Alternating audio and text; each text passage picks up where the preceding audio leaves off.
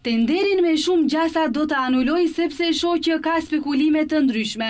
Deklaroi ministri i Shëndetësisë Arben Taravari lidhur me projektin për ndërtimin e parkingjeve me kate në qendrën klinike në Shkup, që ishte ndar kompanisë Gjoka Construction. Ai theksoi se momentalisht do ta ndalojnë këtë proces dhe do ta shohin se si do të veprojnë më tutje. Taravari sqaroi se po shqyrtojnë 2 zgjidhje.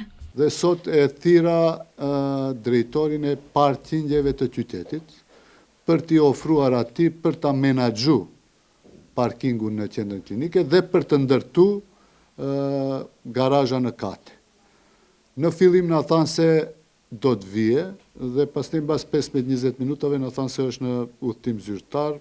Kjo është shenjë se dikush nuk e lejon që të vinë. Opsioni i dytë që e mendojmë për parkingjet është edhe